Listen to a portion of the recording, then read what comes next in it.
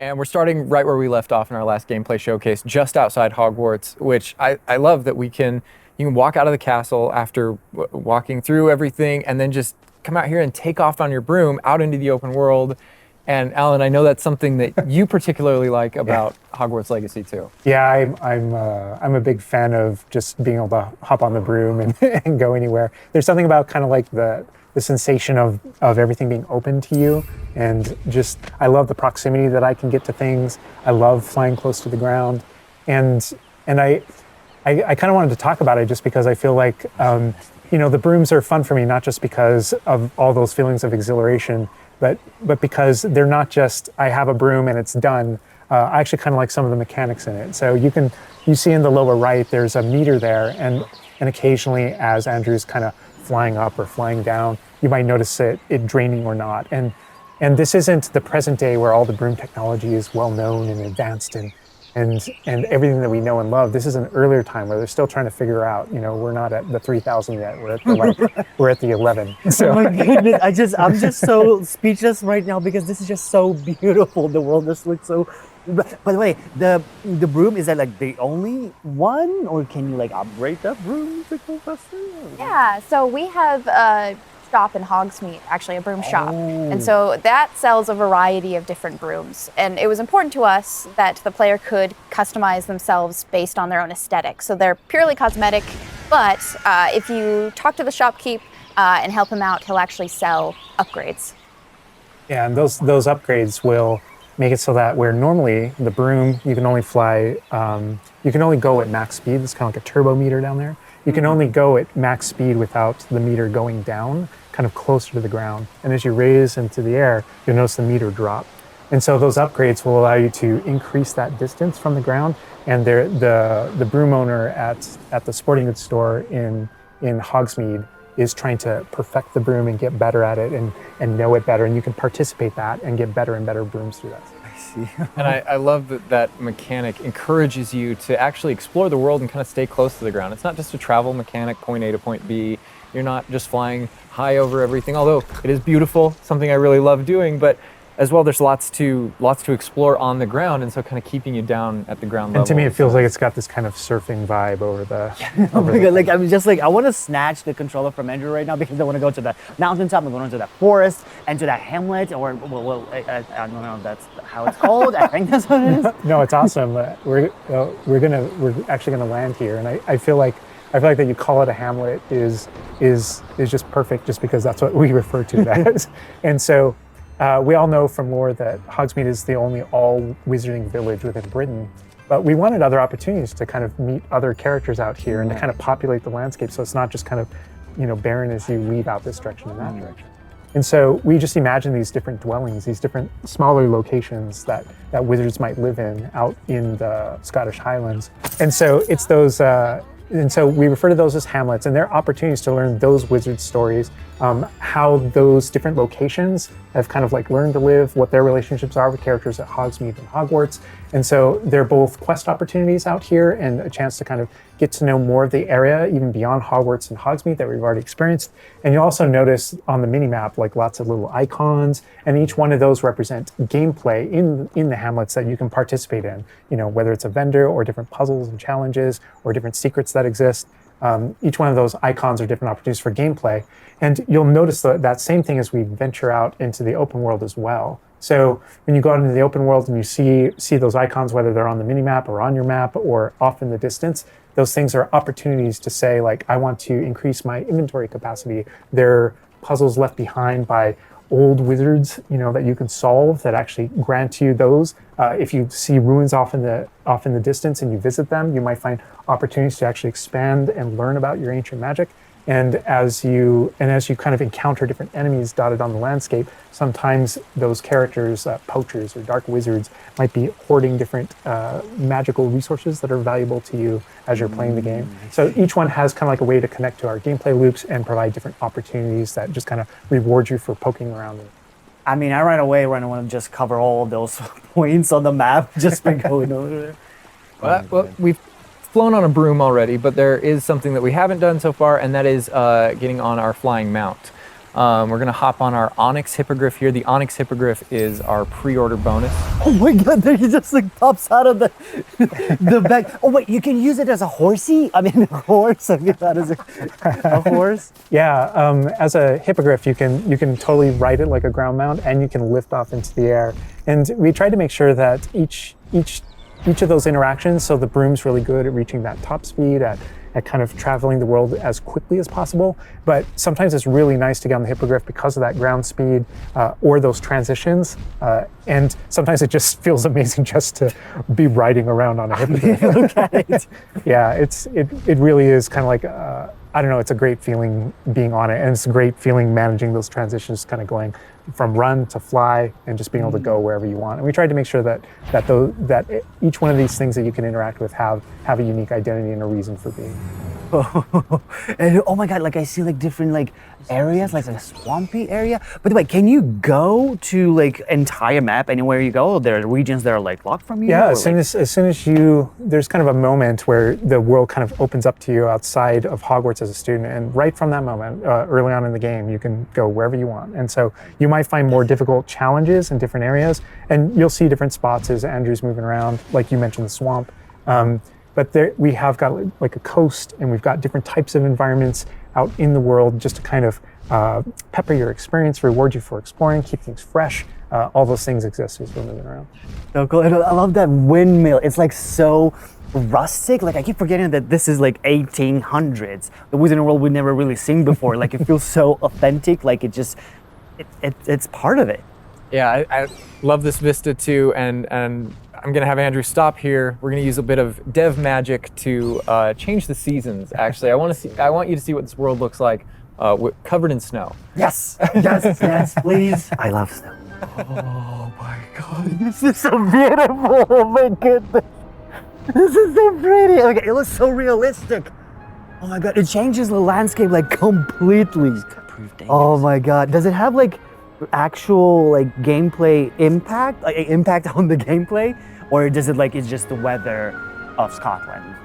Yeah, we really use it as a narrative marker through the game. So as you're progressing through your main storyline, it was important for us to kind of like have those moments that kind of felt like when you're reading the books or watching the movies where, you know, you'll see kind of like the title card, winter, and now the landscape has changed, and you're really feeling that passage of time while you're a student, you know, going through your year at Hogwarts. And I think we wanted to duplicate that. And for me, it's really fun that it's not just on the outside, which I agree, I think it looks really beautiful, but within the school as well. So there are moments like when it reaches certain holidays or things like that, where Hogsmeade reacts to holidays and the school reacts to holidays, and you see the decorations around those environments change. That really helped just kind of make me feel like I'm there. Right. Yeah. And it's not just you know, for the seasons, those kind of vibe things. Like we have a day-night cycle, and that day-night cycle, even though similarly, like it's largely about vibe, when you go into Hogsmeade in the evening, there's less characters there. Around the school, you'll notice it kind of dies down and quiets down just when there's just candlelight and students kind of like as you're walking through the halls.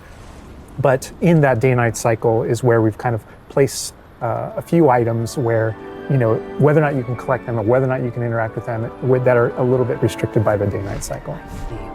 And I love Andrew's flying up here, really high up on the hippogriff, and we're just looking at this view of Hogwarts in the distance. It's just absolutely beautiful. It's part of what I love most about flying around in this game, whether it's on a hippogriff or on the broom.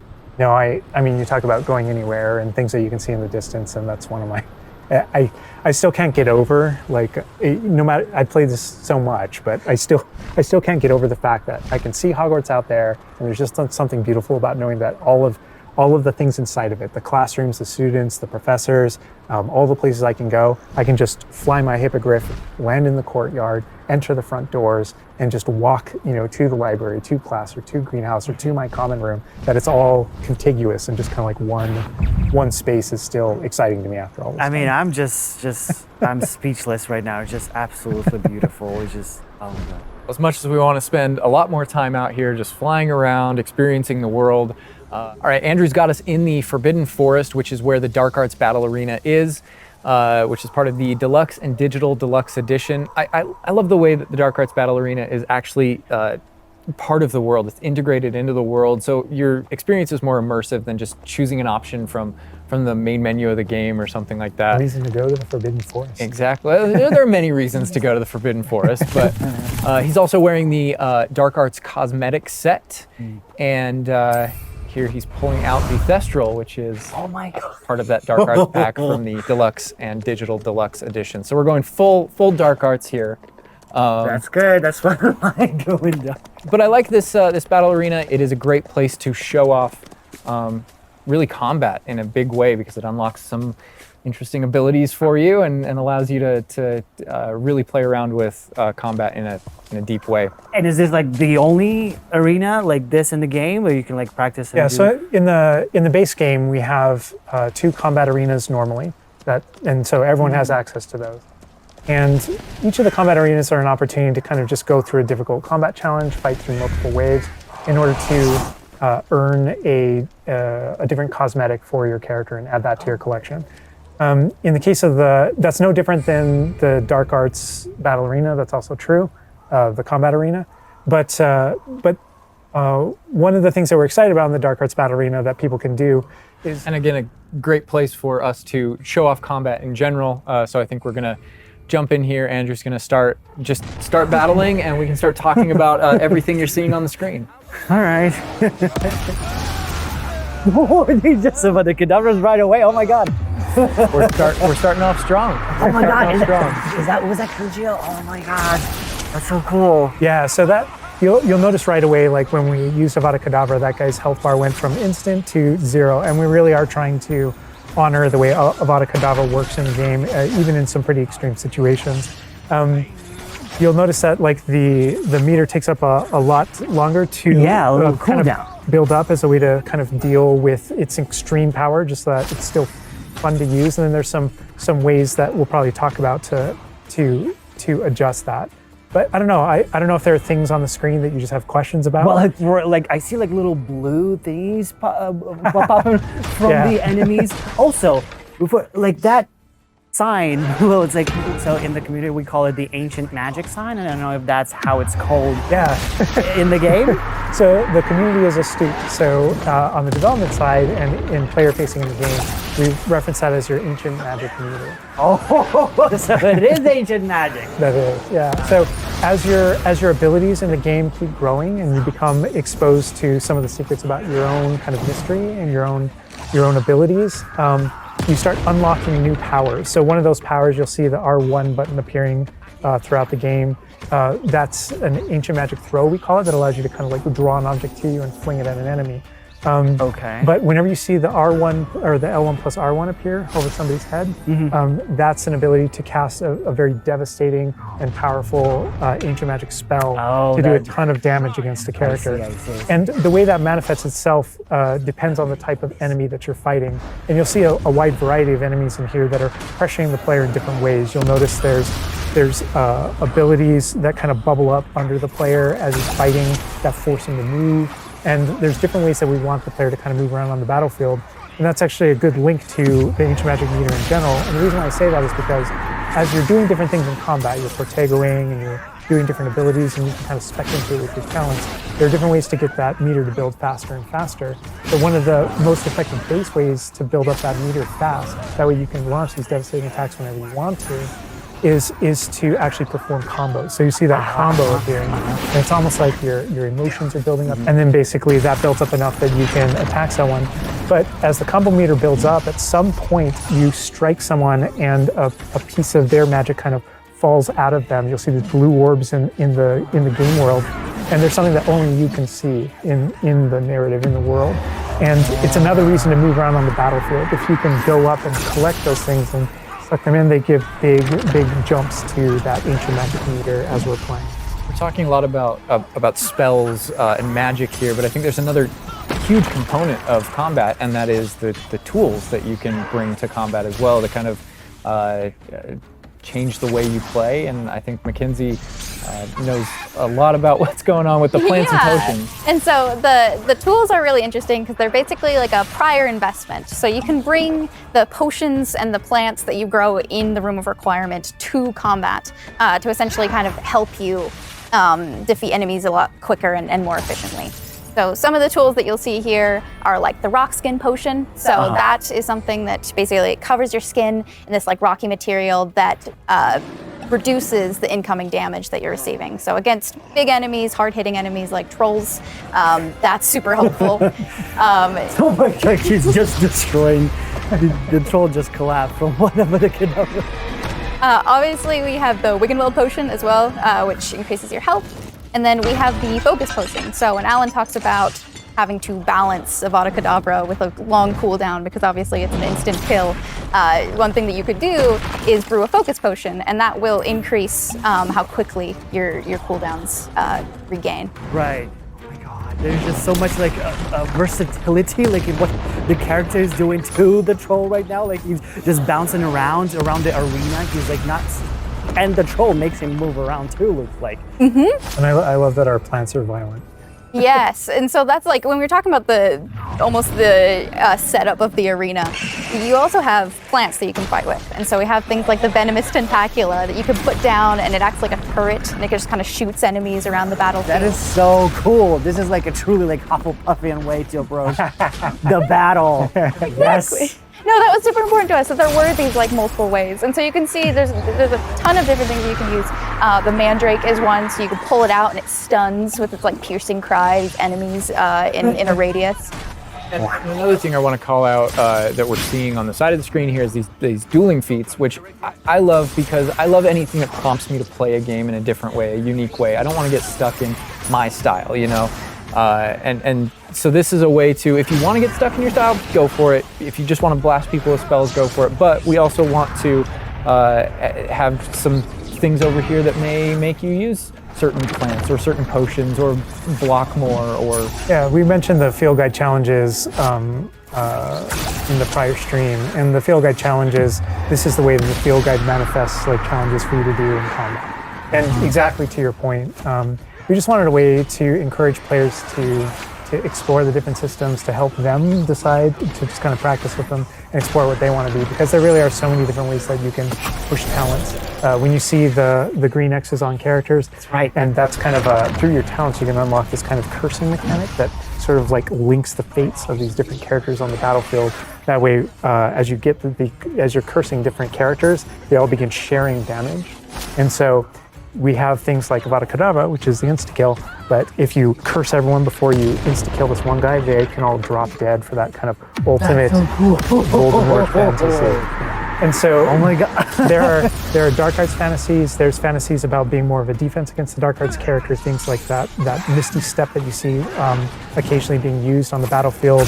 And we can also spec into our potions and plants to make them more powerful and more efficacious. So it's all about which type of player you feel like you are and whether or not you want to play with prep on the fly or with deliberation, and those are all different options. That is so cool because like it's like I see so much like going on the stream, just so much complexity, and I want to just try it myself, like which style works best. I mean, I feel like it's the dark arts is going to be the easiest route, but that ancient magic, to be honest, feels like much more powerful than just the dark arts. All right, Andrew's got us in the room of requirement, we kind of went casual mode on the outfit here, wearing a nice jumper. And I think that's a good jumping off point for the personalization of the space as well. Not just your character and the visuals of your character, but actually this space is a place that you can make your own. Yeah, it was super important to us that this space really did feel like your reflection as a wizard. So you can change the architecture in here. What? Different themes throughout, starkly different themes, to really just hammer home that this is yours. Oh my god, what? This is beautiful. We never expected that to be. Oh my god. That's the thing, is not only can you change the architecture here, but you can actually conjure little objects into this space, as you can see. So There's like statues that you can do, and ornaments, and tables, and rugs, and just a bunch of little things that really flesh out the space and bring it to life. Oh my goodness, because like we had an idea that those places where you brew stuff, that's where you can change, but you can do all of this. Where do you even get this stuff? Like there's a furniture store? Yeah, so we call them conjurations. And the conjuration recipes can be purchased at Tomes and Scrolls in Hogsmeade. But also as you engage in different types of gameplay throughout the world, you'll be rewarded with different objects. That's so cool. And you change color? You can change the color, you can change the size of it, and you can place it basically anywhere. Oh my God, it's so tiny. It's like for baby Niffler. And I love how the system too is designed. It's not mechanical; it's immersive, and so you get the magical effect of conjuring it in, and you're actually doing this in the world as your character. But the way you've blended like that gameplay with the immersive design of personalizing the space. Oh my God, like, and I love the animation, how it like appears, you know, like it's not just like there, it's like, it almost like it apparates. It is really quite beautiful, and that was the thing, is we wanted that to look really nice because the magic in the wizarding world is everywhere. It's physical, it's kinetic, and it's whimsical. And we really wanted to nail that whimsy in this space.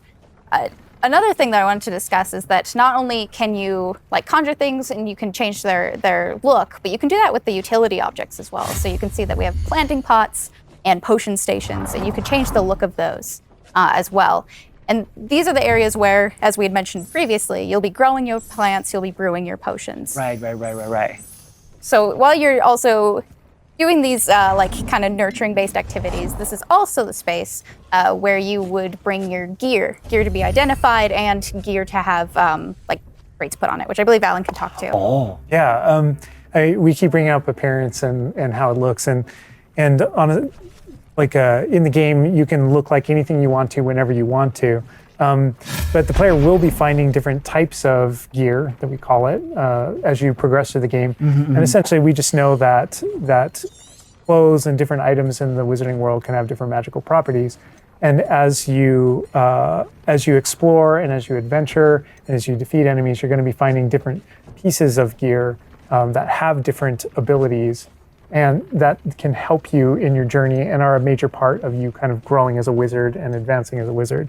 And so there's a huge list. And not all the time, whenever you get a new piece of gear, you don't necessarily know exactly what it does. And so there is a station inside of the Room of Requirement that you can conjure. It's one of the first things you conjure, called an identification station, where you can actually bring that gear that you're uncertain about and learn what its abilities are. Right, yeah, that's so cool. And then as this space advances even further, and the space will eventually grow its own rooms, and you're going to get new recipes, you know, like Mackenzie's talking about, all these different things keep expanding. And as it expands, eventually you're going to earn what we see here, which is called a loom. And when you set up a loom, it's an ability to essentially customize exactly which magical properties are on your gear and take any piece of gear and adjust its properties and to tweak what it does. And I mentioned earlier that you can make anything look like anything. The collection of appearances, we call it, or cosmetics, we've been referring to it in this stream. Those types of things you can use, and you can apply a look to any other look. So if you get a piece of gear, you put it on, you look like that, but you can change it to look like whatever you want.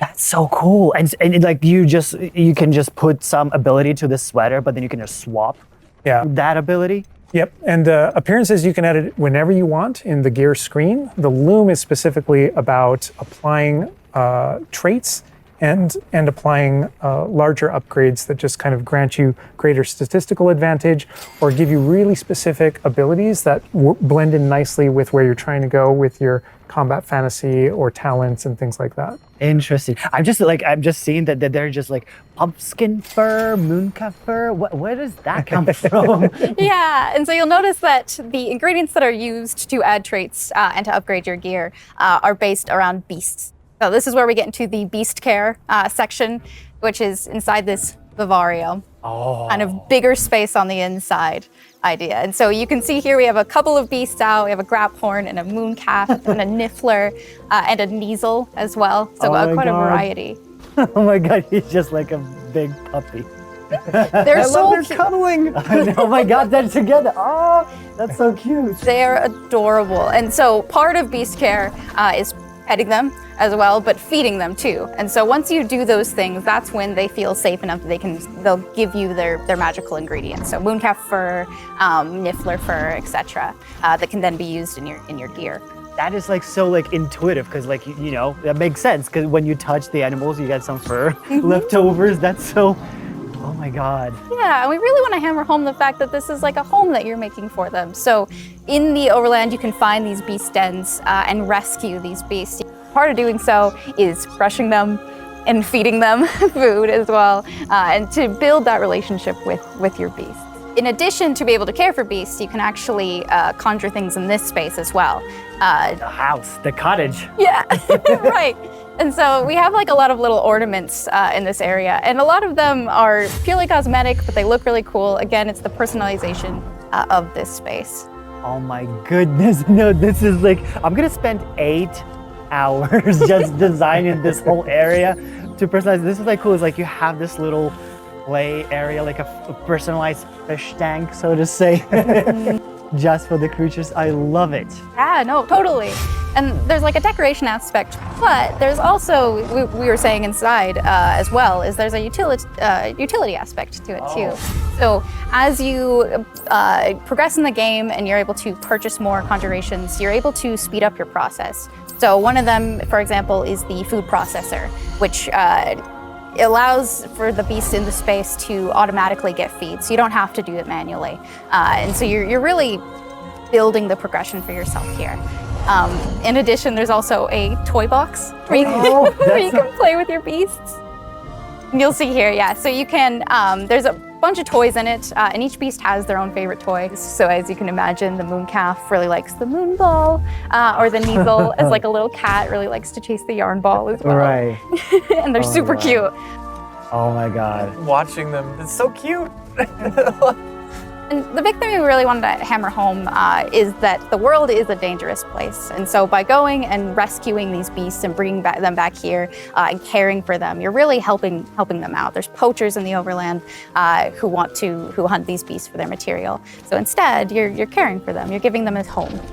Right. Oh my God, this Raphorn is just gigantic. But he looks like my dog. He looks like my dog right now, for sure. You could actually name them as well. So like your dog. So getting back into that personalization, you know, yeah, we didn't want you to just like throw in, oh, here's a Graphorn in here. Like this can be named whatever Andrew's about to name them. Bruce. That's a good name. You know, we've created this really nice space, and you can get additional vivariums, correct, to different kind of aesthetics and looks to where you're keeping your beasts and caring for them. Progression is a big part of this space as well. So as you progress through the story, you will unlock more vivariums. So as you can see, this one's quite meadow themed, big, open, bright, but there's other ones, say like a swamp that you might encounter. And it's really a visual effect and more space for your beast. Oh, so it's like those, so when we're inside the room requirement, there's like on the left, there's that moon glow from one entrance and then some shrubbery going on in the right. Is that what you're talking about? Yep, that's exactly it. Ah, oh, you put trees in here too. Oh my goodness. And another thing with the beast care that I think is great, you know, tying back to this same kind of thing that you did with like the broom, where the broom is not just a method of travel, it's actually built in and integrated into the world. In the same way, like beast care isn't just this added element. You're not just throwing it on top. There's really this like narrative and integration to everything connects. So as you progress through the missions, you'll expand this space. As you earn resources, you'll go into Hogsmeade and use them to unlock the gameplay here and unlock new conjurations and different things to play around with. In the open world, it's in those different environments, like the different combat and conflicts and bandit camps and different things like that exist in the overland. Those things are what hold recipes that exist in the loom. So all these things have a way of connecting. Moonstone that you find out in the world is the resource that we use to conjure everything. That's found throughout the world. Forgeables are used for recipes. So really everything's like a cycle and keeps you coming back. But even with the story that's being told too, I think people know who Poppy is and that she has a particular affinity for beasts. Yeah, I mean, I think everything we're seeing here, you're going to be venturing out into the world, and this is just kind of the tip of the iceberg, even of kind of like your interactions with beasts in that narrative. So you bringing up Poppy, there are more kind of mysteries to discover and things to discover out in the world that have to do with her and that have to do with caring for beasts. And so different characters have their own stuff that just kind of make this all just kind of like the beginning of your journey. Well, we could spend hours in here, but we're gonna have to end the stream now. What do you think about what you've seen today? I mean, I'm just so blown away by how beautiful it looks. The open world seems so detailed and there's so many things to do, and like the combat, we're gonna spend like 2 weeks or more just breaking it down by pieces. There's just so much to this world. Like, I'm so happy you guys did this overall gameplay. And that's just the tip of the iceberg. We've got more for you to discover and find on your own. Thank you so much for being here. Thank you for watching. Hogwarts Legacy is available for pre-order now. It releases February 10th with 72-hour early access for owners of the Collector's, Deluxe, and Digital Deluxe Edition. We're gonna wrap things up, but first we've got a little surprise for you. Bye.